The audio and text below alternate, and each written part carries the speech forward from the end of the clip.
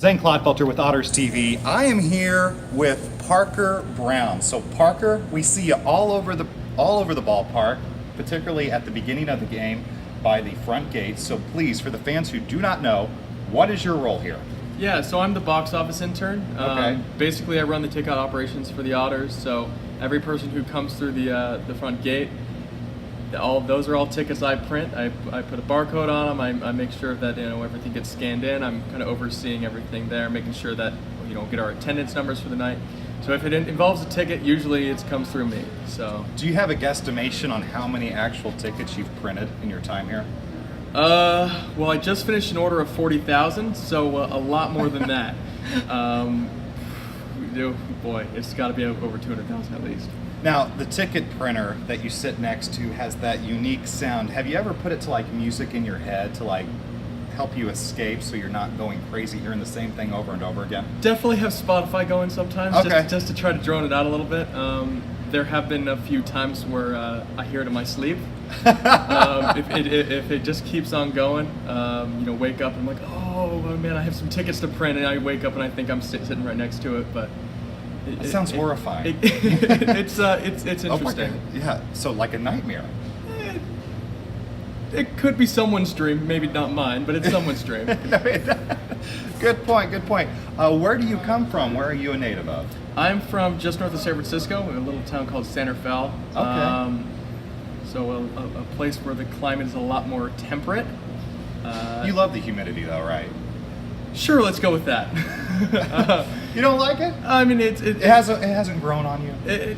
I'm more used to it. Okay. Let's say that. Fair. I would sometimes like to not feel like I'm walking through molasses, but I have grown more used to it.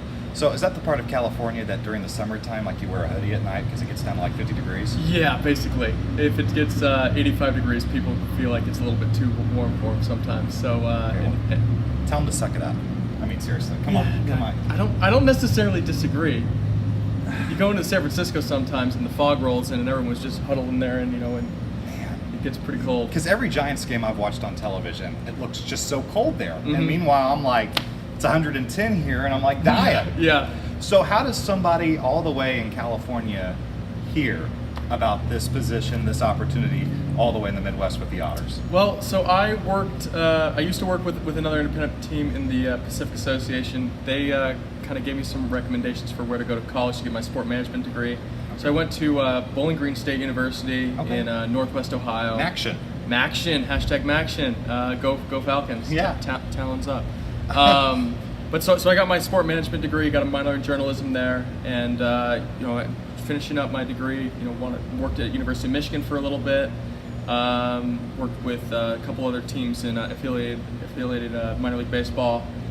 Just found I really liked ticketing, so wanted to keep that part of my career going, and the Otters came calling. So you're probably in college. I always like to bring up IU football in every Otters TV interview if I can. Yeah. Indiana lost at Bowling Green in 2014. Yep.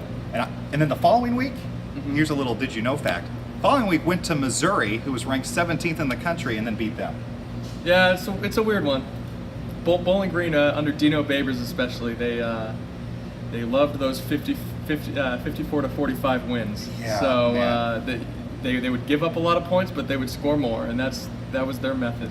So as we kind of gaze out at Bosse Field after a game, all is quiet after an Otters win. Hooray! Yeah. What is your favorite thing about this ballpark? I really just like the atmosphere of it.